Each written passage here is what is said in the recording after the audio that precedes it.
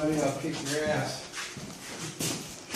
Just open this up right here for investigation. It used to be boarded off.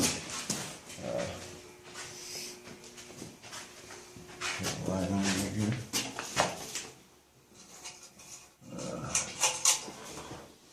Creepy tank room. When this was boarded off, we'd be doing EVP sessions in here, and you would hear this from inside.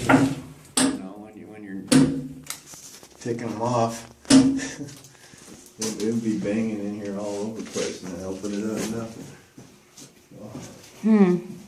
So, me and my brother, my daughter later on came in. We were all sitting right here doing EVPs, and we see these shadows coming from back in the back of this tunnel right here. And so I get up and I come back here and I just lean on the wall. It's one of these things right here, and just let it go silent a minute. And Shadow Man has got deep dark eyes, not like the LEDs. He's right in my face, like nose to nose, right here. There, right in front of you? Right in front of me. And I just sit and I stare at him, and it must have been about 2 minutes. And I didn't take off run or anything. I wasn't really fearful. And my brother came back in, and he's about right where you are, and he sees them as well, staring me down. So that was kind of like validation that I wasn't going crazy. What did he say? My brother? Yeah. We call him, because he's not a skeptic, but he questions everything, and he kind of keeps me grounded at times. And he just said he saw him, and at the same time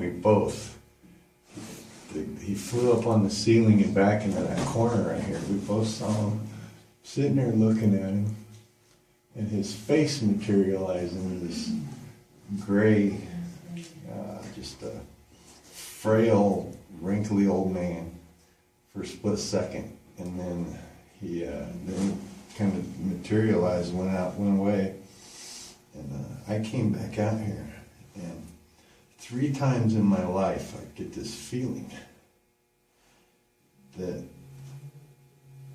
it's like I liken it to being deaf, because you cannot hear anything but the sound of your own heartbeat. And I felt it then, and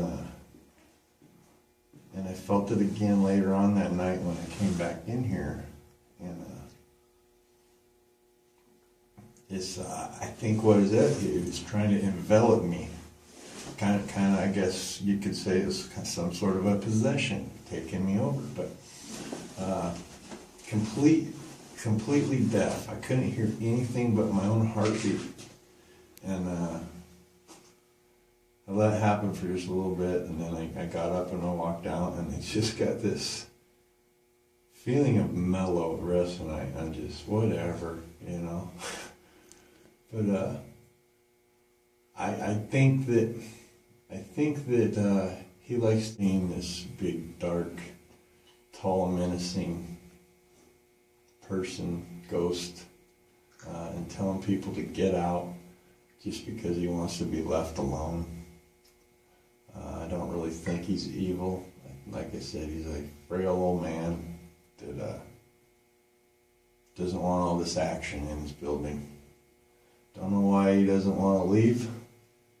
And that's just an opinion. I don't know for a fact. Just my own experiences, that's what I feel is happening there. So, and I forgot, later, I'm not a big orb person. They don't really affect me much. Just seeing pictures of orbs, I just don't get excited about it. But later that evening, the same evening, I came back down here, and he was staring me down. And I was over this way, like this. And he's staring me down, and because of the tight, I'm a little bit lower, and I'm kind of looking up, and he's staring me down, and I yell out, my daughter and her friend Caitlin was out there. I yell at Caitlin, I say, Caitlin, snap a picture. She snaps a picture, and It was the biggest orb, as big as my head, that I'm staring at. Right? I can't deny that orb. Was it like it looked like light or darkness? It's like a glowing light, round. I'm staring right at it, but in my head, I'm staring at this big dark guy.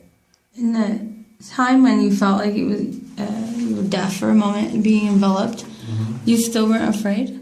No. You didn't worry that you might become possessed? No, I didn't. I've never really had a sense of fear in this place. A lot of people have. I don't want to doubt their experiences, but again, I think he's just trying to scare people away and leave me alone, leave me in my peace. So I've never been fearful here, and I think that's what he was trying to do to me, trying to scare me, but didn't work. I'm still here. Keep coming back like an idiot, I guess.